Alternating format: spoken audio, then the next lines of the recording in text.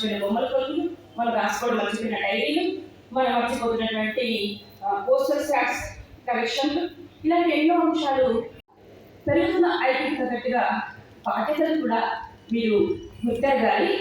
ఇది మన లోకం, ఈ మన లోకాన్ని మీరే నిర్మించుకోవాలని చెప్తూ ఈ పుస్తకాన్ని వాళ్ళు రచించుకొని చివరిలో ఈ పుస్తకాన్ని వాళ్ళు ఆవిష్కరించుకుంటారు. దీనికి అందమైన బొమ్మలు వేసింది చరణ్ పర్వి. దీన్ని ఇంత అందంగా ప్రచురించింది ఆది పబ్లికేషన్స్. ఈ పుస్తకాన్ని గుర్తించి ఎంతోమంది న్యాయవాదులు ఈ పుస్తకాన్ని ఉత్తమ గ్రంథంగా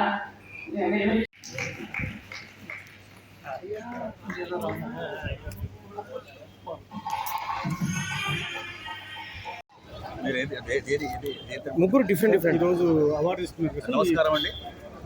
ఈరోజు సర్వసభ పరిషత్ పక్షాన పుస్తకం ఒకటి పరీక్ష త్రివేణి అనే పుస్తకానికి అవార్డు రావడం చాలా సంతోషంగా ఉంది. నేను ఉపాధ్యాయ విద్యాక్షేత్రంలో పనిచేశాను. పాఠ్య పుస్తక నిర్మాణాల్లోనూ ఉపాధ్యాయులను తీర్చిదిద్దడానికి కోసం ఉపాధ్యాయ విద్యకు సంబంధించినటువంటి చాలా పుస్తకాలు రాశాను.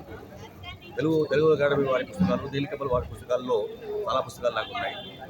ఆ పుస్తకాల్లో ప్రధానంగా బోధన పద్ధతులు ఒకటి, మూల్యాంకనం ఒకటి, బోధనలో సాంకేతిక విజ్ఞానం ఒకటి, బోధన పరిశోధన పద్ధతులు ఒకటి.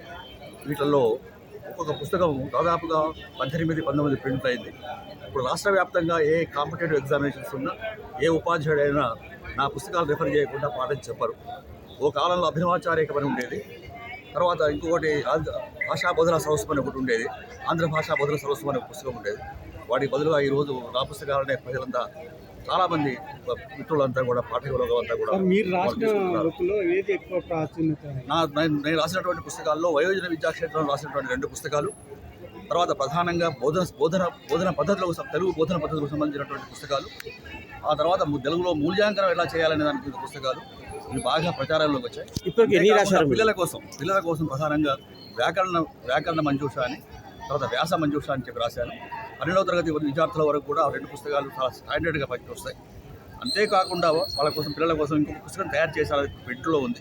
విద్యార్థి మంజూష అనే విద్యార్థి కలపతరు అనే ఒక పుస్తకం ఉండేది ఒక కాలంలో. అది ఇప్పుడు అవైలబుల్ లేదు మార్కెట్లో. దానికి అనుబంధంగానే ఇంకా అదనపు సమాచారం చేర్చి ప్రత్యేకంగా ఇప్పుడు విద్యార్థి మంజూష అనే ఒక పుస్తకం వస్తుంది. అంతేకాకుండా భాషా బోధనకు సంబంధించినటువంటి ఒక విజ్ఞాన సరస్సును తయారు చేయాలనే ఉద్దేశంతో సుమారుగా 600 పేజీలకు పైబడినటువంటి ఒక పుస్తకాన్ని ఈ సంవత్సరాంతంలో ప్రింట్ చేస్తున్నాం. అది భాషా బోధన సర్వస్వం అని ఉంటుంది. దాని మీద ఇప్పుడు భాషా బోధన సర్వస్వ వ్యాసావళి అనేది ఉంటుంది. అది ఎలా పెట్టాలని ఇంకా డిసైడ్ చేయలేదు. సుమారుగా 90% వరకు పూర్తయింది. ఇప్పుడు ఎన్ని రాశారు సార్ పుస్తకాలు? మీరు ఎన్ని పుస్తకాలు రాయడం జరిగింది? దాదాపుగా బోధన శాస్త్రానికి సంబంధించినటువంటి పుస్తకాలు ఒక 40 ఉన్నాయి. 40 పుస్తకాలు ఉన్నాయి. పాఠశాల విద్యకు సంబంధించినటువంటి పుస్తకాలు 10వ తరగతి వరకు అన్ని పుస్తకాల్లో కూడా నా పేరు ఉంటుంది.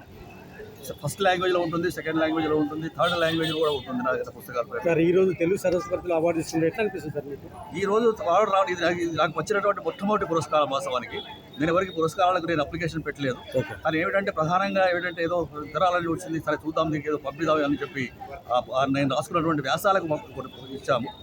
అయితే దానికి ఏదో వీళ్ళు పురస్కారం ఇచ్చారు. దానికి చాలా సంతోషంగా ఉంది. అది అంతేకాకుండా చాలామంది నా మిత్రులు వచ్చారు, నన్ను ప్రోత్సహించిన వాళ్ళు వచ్చారు.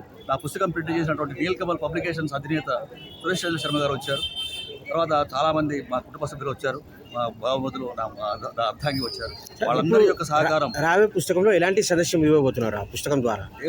ఇప్పుడు రాబోయే డిసెంబర్లో రాబోయే పుస్తకాల ద్వారా ప్రధానంగా బోధనకు సంబంధించిన బోధనా శాస్త్రంలో ఉన్నటువంటి అన్ని మెలకువలు, అధ్యతన సమాచారం అంతా కూడా మేము దాన్ని షేర్ చేసి బోధన సరస్వం అనే పేరుతో దాన్ని ఇస్తున్నాం.